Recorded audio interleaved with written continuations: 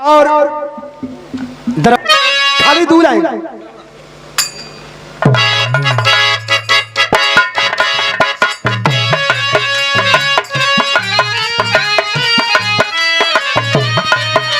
जाओ जाओ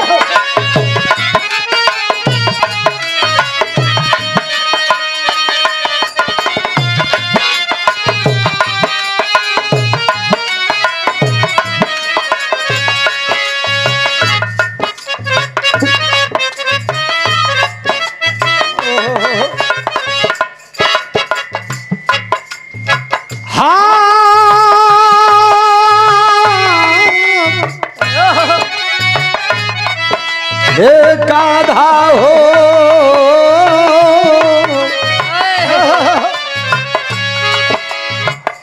करुणा निधान गिरिधर लगल है बेटा लगल है। करुणा निधान गिरिधर अरे जगत के दाता हुआ। करुणा निधान गिरिधर अरे जगत के दाता हुआ।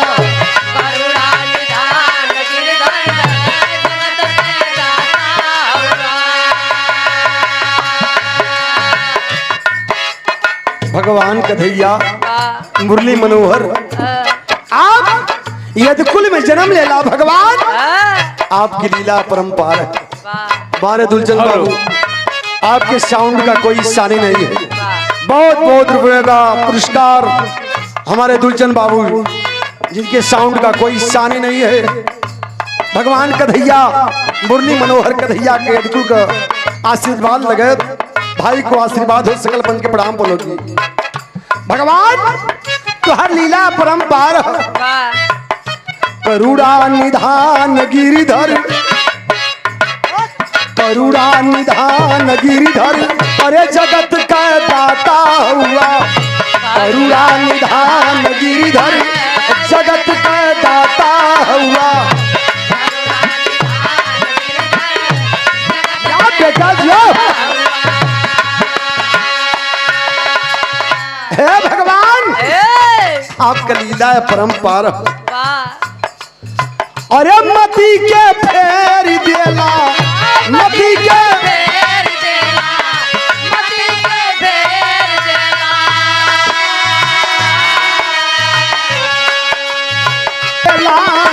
मती के फेर देला मती के फेर देला।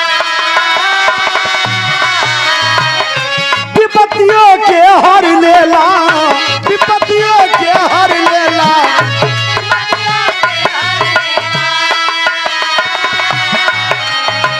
जाने ला जहान गिरिधर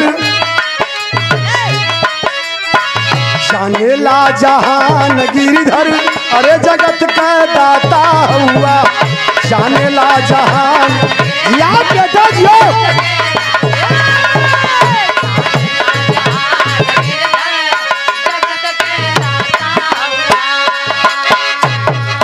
ये देख 2 लाइन भजन चाहे 1 लाइन।